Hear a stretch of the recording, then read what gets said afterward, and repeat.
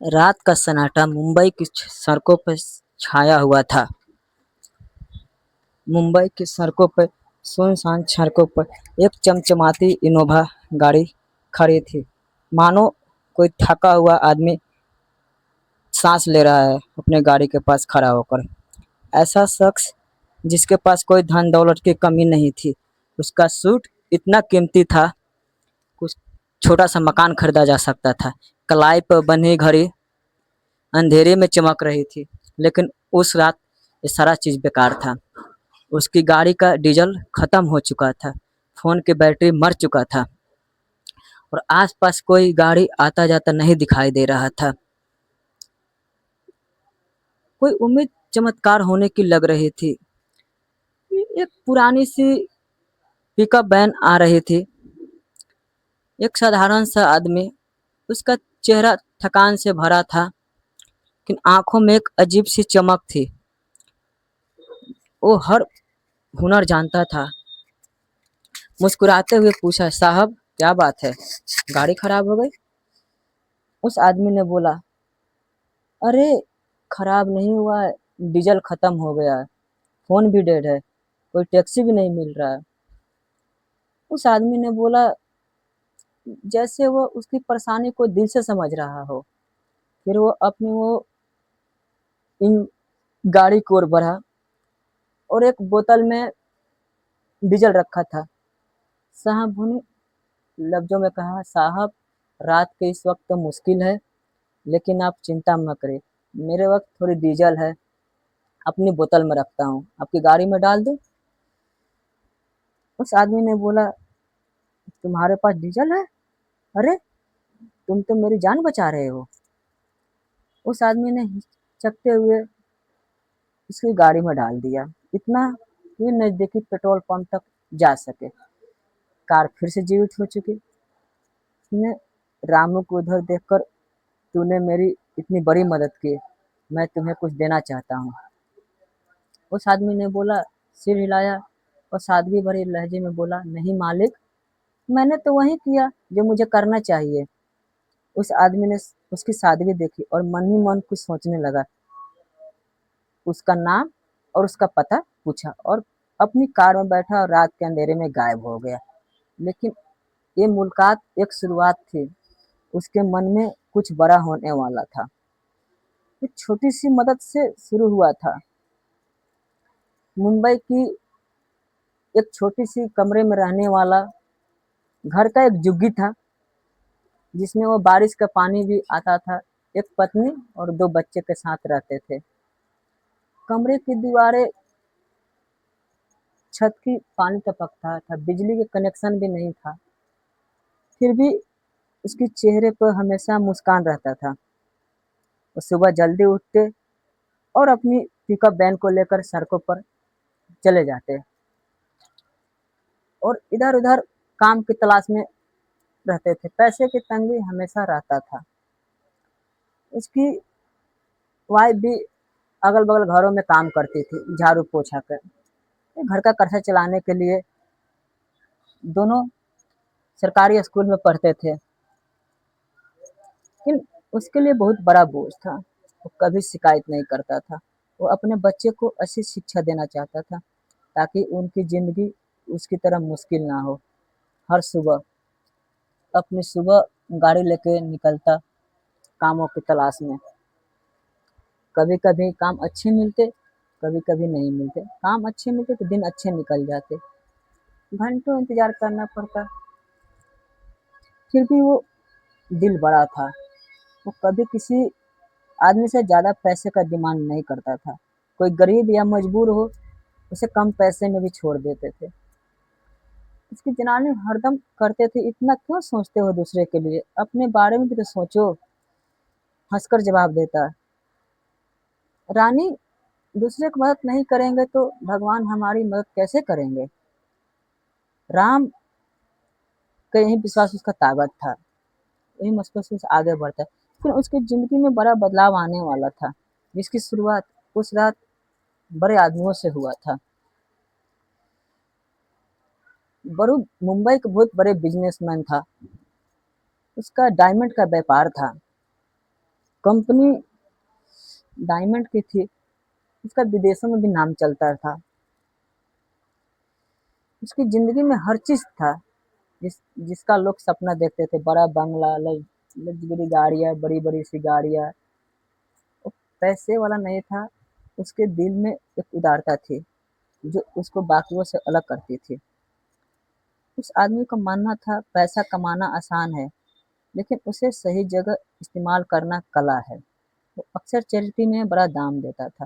अनाथालय, स्कूल, अस्पताल, उसके दान का लिस्ट लंबी थी, लेकिन कोई अपने दान का ढोल नहीं पीटता था। उसे दिखावा पसंद नहीं था। वो चाहता था उसका पैसा किसी का ज़िंदगी बदले, ना कि उसकी तारीफ।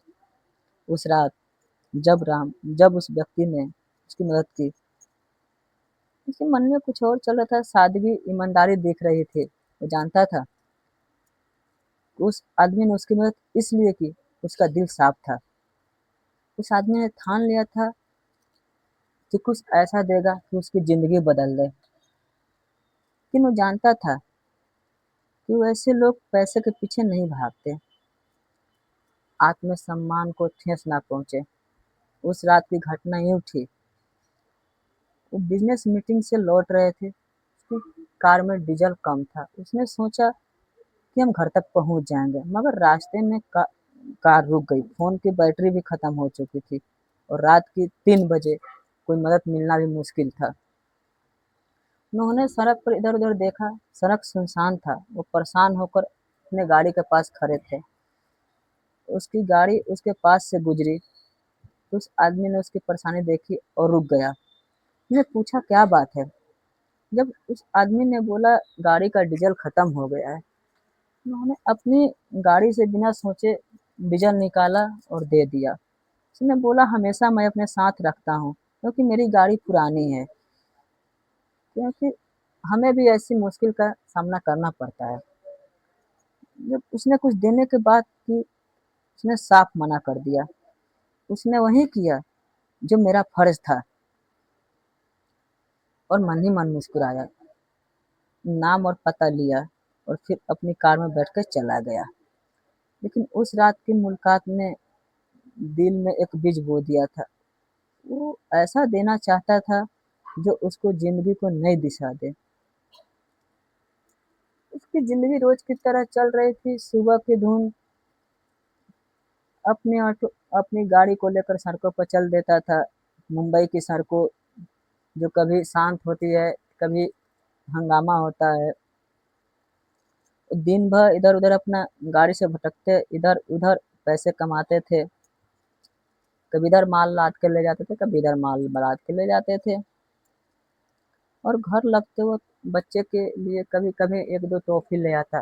इसे देखकर लड़का और लड़की बहुत खुश होते, और रानी देखकर बहुत बोलती, इतना क्यों खर्च करते हो? छोटी-छोटी चीज़ भी तो पैसे से आते हैं।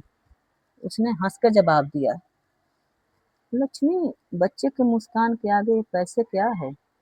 लेकिन उसकी ज़िंदगी में मुश्किलें कम नहीं थी।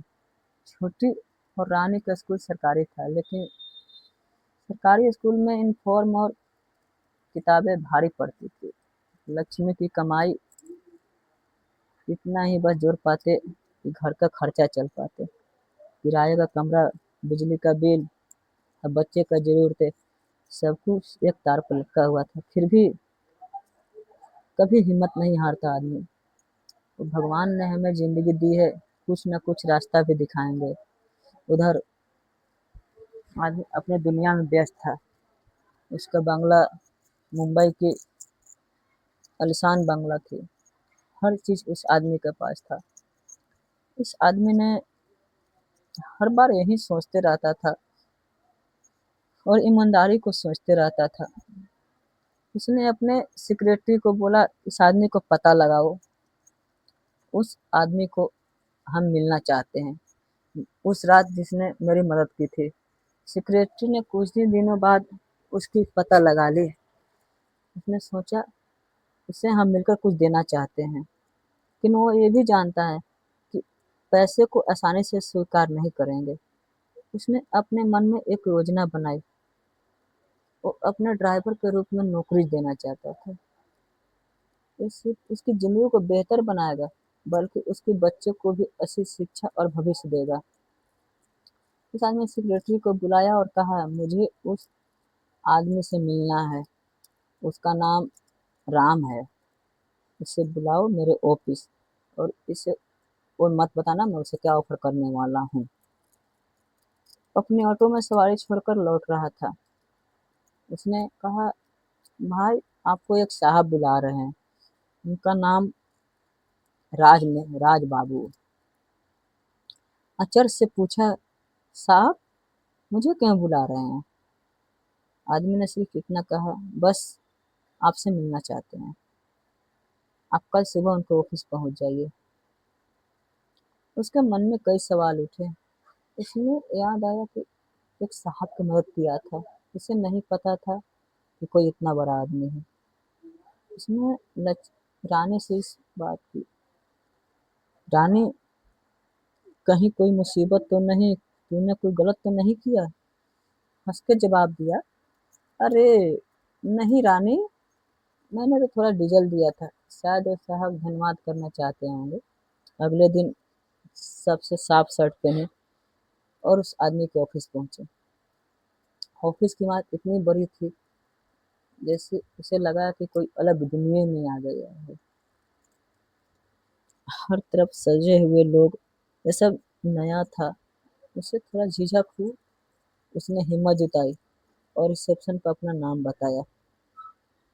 उसको अपने केबिन में ले गया, मुस्कुराकर स्वागत किया और कहा, उस रात तूने मेरी बहुत बड़ी मदद की है, मैं तुम्हें कुछ देना चाहता हूँ। सादगी से जवाब दिया, नहीं मालिक, मैंने तो वही किया जो मुझे करना चाहिए था, मुझे कुछ नहीं चाहिए। उस आदमी ने बोला, उसे ईमानदारी की तारीफ की। उसने कहा, मुझे मैं तुम्हारी मदद का बदला नहीं चुकाना चाहता, मैं तुम्हें एक मौका देना चाहता हूँ, क्या तुम मेरे लिए काम करोगे? उसने आश्चर्य से पूछा, काम? लेकिन साहब, मैं तो साहब एक ड्राइवर हूँ, मैं आपके जैसे बड़े आदमी के लिए क्या कर सकता हूँ? आदमी ने मुस्कुराते हुए कहा, तुम मुझे पर्सनल ड्राइवर बन सकते हो। तुम्हारी ईमानदारी और मेहनत मुझे पसंद आई, मैं चाहता हूँ तुम मेरे साथ काम करो। एक पल के लिए सोचा, उसे समझ नहीं आ रहा था कि वो क्या कहे। उसने कहा, साहब मैं आपका धन्यवाद करता हूँ, लेकिन मुझे सोचने का समय चाहिए। ठीक है, ठीक है, तुम सोच लो, लेकिन याद रखना, मैं तुम्हें सिर्फ नौकरी नहीं दे रहा हूँ, तुम्हारी जिंदगी को बेहतर बनाने का मौका दे रहा हूँ। श्रीलर बाहर निकल गया। उसके मन में कई सवाल थे। क्या वो बड़े मौके को स्वीकार करेगा? क्या उसको और उसके परिवार का जिंदगी बदल देगा? कहानी में आगे बढ़ने से पहले आपसे निवेदन है, वीडियो को लाइक करें, चैनल को सब्सक्राइब करें और कमेंट में अपना नाम बताएं, अपने शहर को नाम बताएं, आप कहाँ से सुन रहे हैं। हमें इससे इससे हमें बहुत कुछ मिलेगा। आप किस शहर से देख रहे हैं, हमारा वीडियो कितने शहर से देखा जा रहा है। इतने बड़े साहब से काम करना आसान नहीं होगा। उसने जवाब दिया, रानी मैंने मना नहीं किया, लेकिन हमने हाँ भी नहीं कर। मुझे लगता है कि ये मौका हमारे बच्चे के लिए कुछ अच्छा कर सकता है। रात भर रानी और राम बात करते रहे। उसको डर था कि नई जिंदगी में फिट ना हो पाए, लेकिन उसे हिम्मत दी। उसने कहा, राम तुम कहते हो भगवान रास्ता दिखाएगा, शायद यही वो रास्ता है। आखिरकार राम ने फैसला किया, उसका प्रस्ताव स्वीकार किया। अगले दिन फोन किया और कहा, साहब मैं आपके लिए काम करने के लिए तैयार हूँ। खुशी से जवाब दिए, ठीक है, तूने सही फैसला लिया, कैसे मेरे साथ काम शुरू कर सकते हो। उसकी जिंदगी में एक नया अध्याय शुरू होने वाला था। उसने अपने गाड़ी को अलविदा कहा, अच्छी तनख्वाह दी, बल्कि उसे और उसके परिवार को अपने बंगले के पास छोटा सा लेकिन आरामदायक घर भी दिया। राम की जिंदगी, जो कभी तंगी और मेहनत से भरी थी, वो एक नई दिशा में बढ़ रही थी। उसकी जिंदगी में नया सवेरा आ चुका था। ड्राइवर के रूप में उसका पहला दिन था। सुबह सुबह तैयार हुआ नए यूनिफॉर्म थे जो उसे उस आदमी ने दिए। फॉर्म इतनी साफ सुथरे चमकदार थी कि उसका खुद पर यकीन नहीं हो रहा था।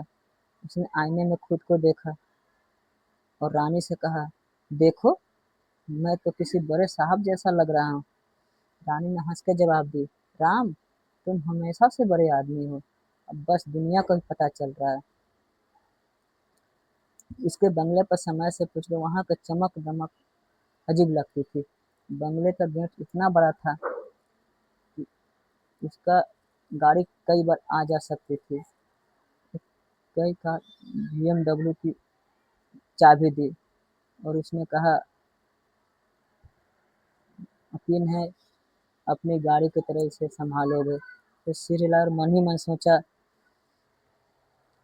ये गाड़ी तो पूरी जिंदगी की कमाई से ही मैं नहीं खरीद पाऊंगा। ऐसा थोड़ा समय लगा। BMW चलाना अलग अलग दुनिया थी, लेकिन उसकी दुनिया और सीखने की ललक ने उसे सब कुछ सिखा दिया। और समय का पक्का था, हमेशा मुस्कुराता रहता था और उसकी छोटी बड़ी हर मुस्कुराहट का ध्यान रखता था।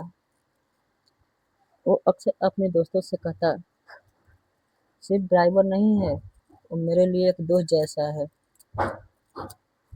उसने उसके परिवार का भी, अपने बंगले के परिवार के लिए छोटा सा आरामदायक घर दिया था। ये घर पुराने किराए के कमरे से कई गुना बेहतर था। दीवारें मजबूत थी, छत से पानी नहीं टपकता था और बिजली का कनेक्शन भी पक्का था। छोटू और छोटू दोनों को अच्छा लग रहा था। एक छोटा सा फ्रिज था, देखा तो उसकी आंखें नम हो गई। उसने कहा, राम, ये सपने जैसा लगता है, क्या सचमुच हमारा है? राम ने उसका हाथ पकड़कर जवाब दिया, रानी, ये सब भगवान का मेहरबानी है। राम को सबसे बड़ी चिंता बच्चों की पढ़ाई की। जब उसने सुना दोनों बच्चों को मुंबई की अच्छे प्राइवेट स्कूल में दाखिला दिलाई, उसने यूनिफॉर्म, किताबें और सारा खर्चा उठाने का वादा किया। सारा खर्चा उठाया।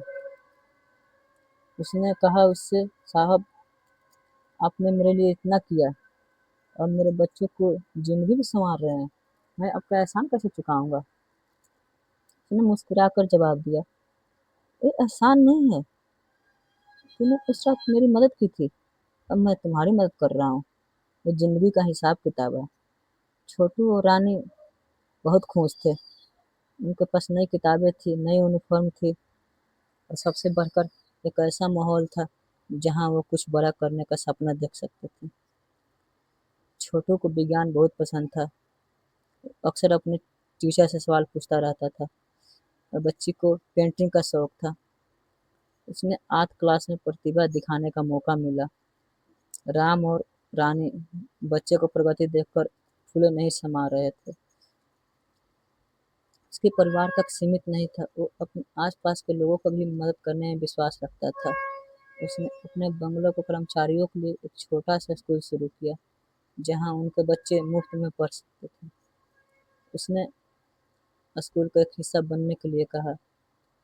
उसने अपना अनुभव साझा करते हुए कहा, साहब, अगर मेरे बच्चों को इतना मौका मिल सकता है और बच्चे को भी मिलना चाहिए। और उसका स्कूल को और बड़ा किया। वो एक ड्राइवर नहीं था, वो एक अच्छा दोस्त बन चुका था। उसका उसका बिजनेस के बारे में बताया करता था और सादगी भरी सलाह। एक बार उससे पूछा, भाई, तुम मेरी जगह होते तो तुम क्या करते? हंसकर जवाब दिया, साहब, मैं तो बस इतना करता जितने लोगों को मदद करता करता। पैसा तो आता जाता रहता है, लेकिन इंसानियत हमेशा साथ रहती है।